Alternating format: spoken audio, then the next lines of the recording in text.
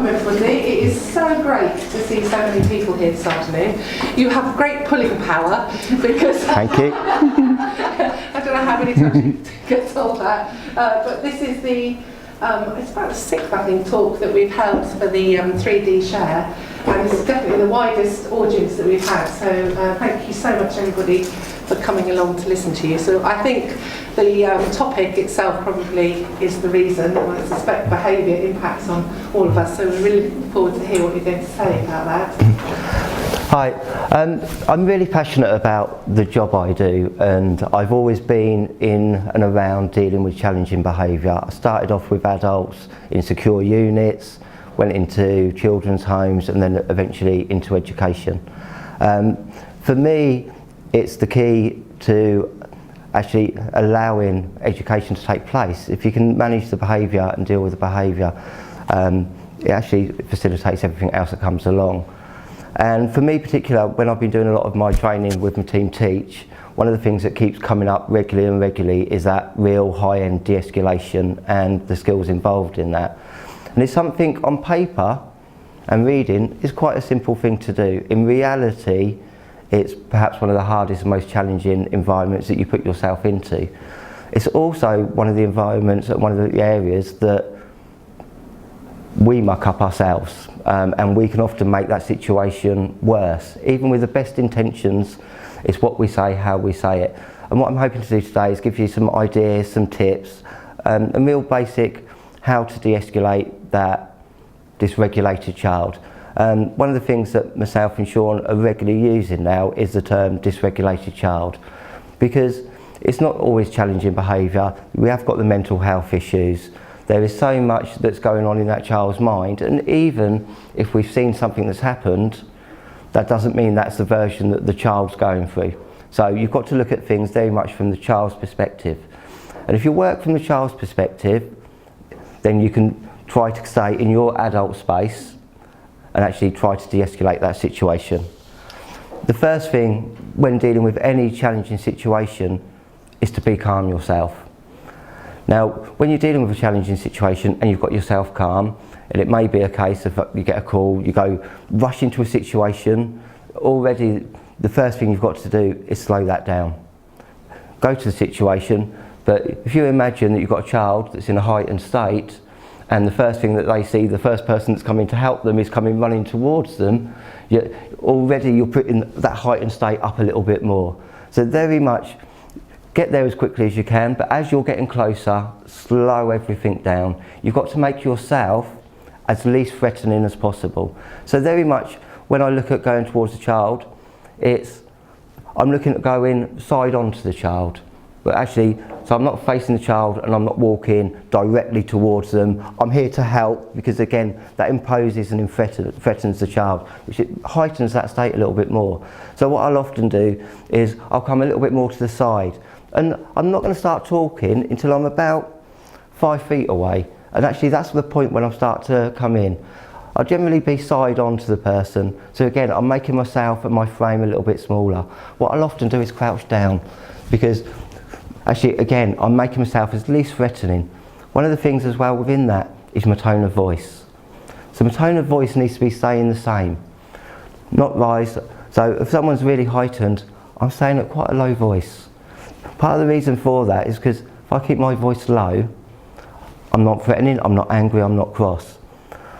Also what it offers is it's not showing that facial expression that I'm angry, that I'm cross. So it's like, I'm here to help. And I'm dropping it down.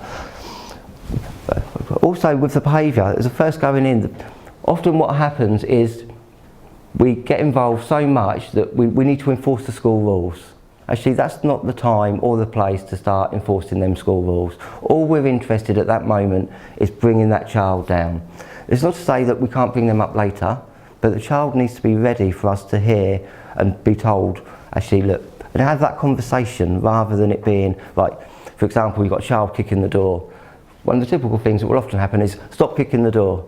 So already you put a challenge on top of someone that's already heightened because they're kicking the door. So really connect with that child and connect with them on that emotional level. So come in, I can see you're really upset. What's gone on? I don't see you like this normally. So you've got to emphasise that.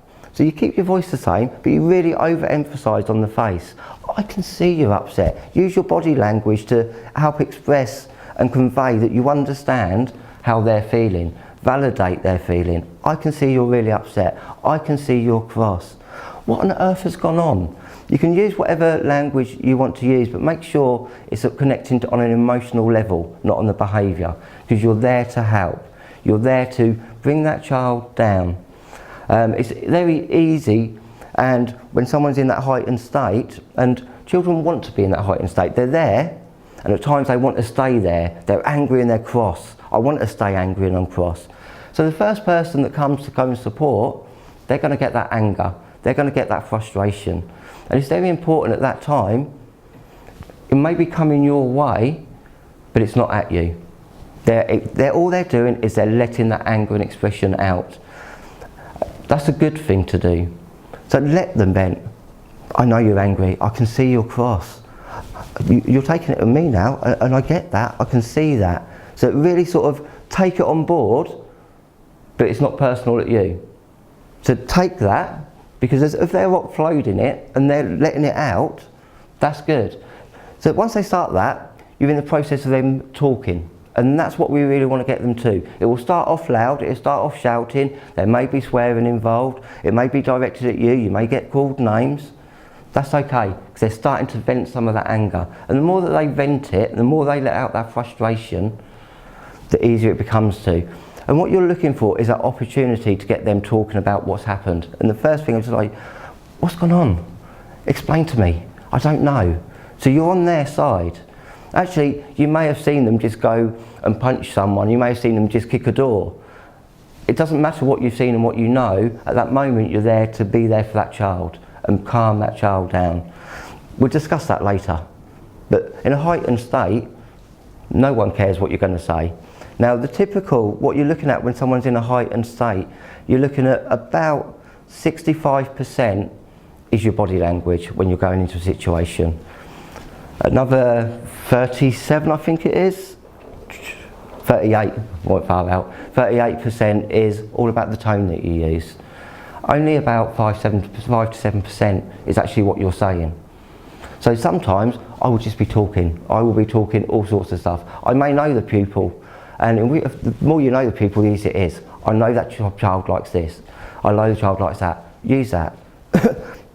Oh, I thought you were doing this later. I know you were doing this. What's going on here?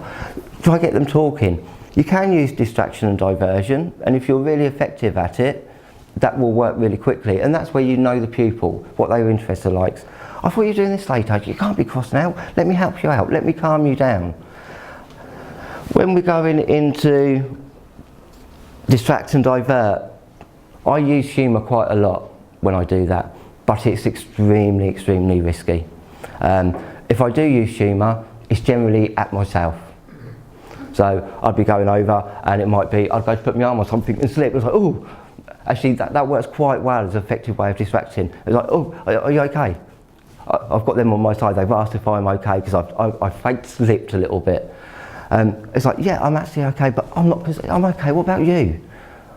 Well, I'm really angry about this, I'm really about that. They start to open up and you take that. And then you need to ask open questions or clarify with them. So you're saying that this happened.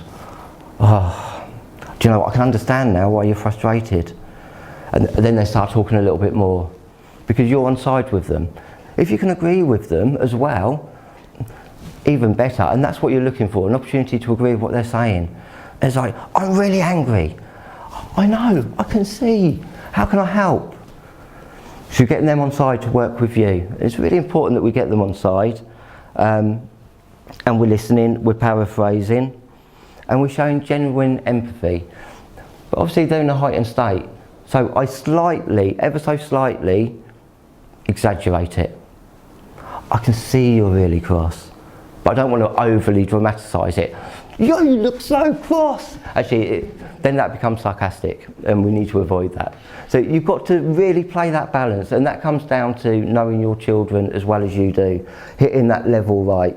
Obviously, if you've got someone on the ASD spectrum or with ADHD, you're going to have to slightly adapt the way that you're working to make sure that they understand the message that you're trying to communicate, which is, I'm here for you.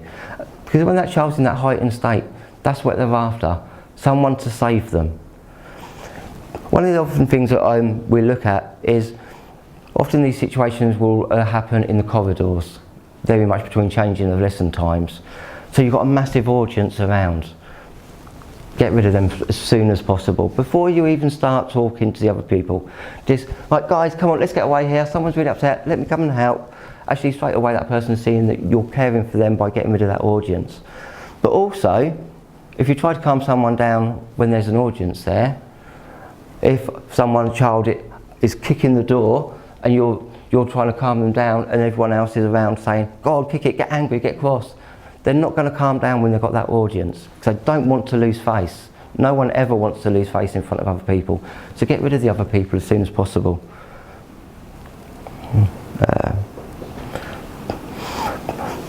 When you've got a child in a heightened state, what they'll often do, and some of our children are masters at this, is they're going to get you to argue with them.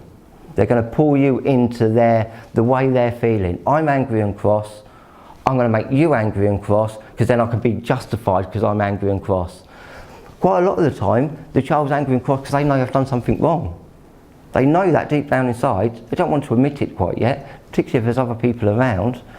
So what you'll do is you'll work with them. And like I said, one of the things I'll often do is I'll come in and I'll also look for that, how close can I get? So I'll start off about 5 metres, and as I'm talking and as I can feel, I'll start to get closer. If I'm brave enough and I know the person well enough, I'll have a little test. Okay, you're all right. I might get slapped away, in which case it's like, no, not quite ready yet. I'll come away a little bit more, I'll drop down a little bit lower, so I can see you're really angry. I'll wait for that opportunity to come again. As soon as I've got that touch, that reassuring touch, and touch is so important when you're de-escalating. Touch is so important to our children. If you think when any child's growing up and they're crying, they're upset and they're angry, the first thing that they'll go to is they go running to mum, they go running to dad, they want that cuddle, they want that reassurance. So touch is a massive part of that. So make sure when you're touching, think about where you're touching. Generally, top of the shoulders, lower arm, sometimes on the wrist. Give them that support. And it's a firm grip, a firm touch. So they know you're securely there. There's no real pressure, but it's firm. Nice, confident touch.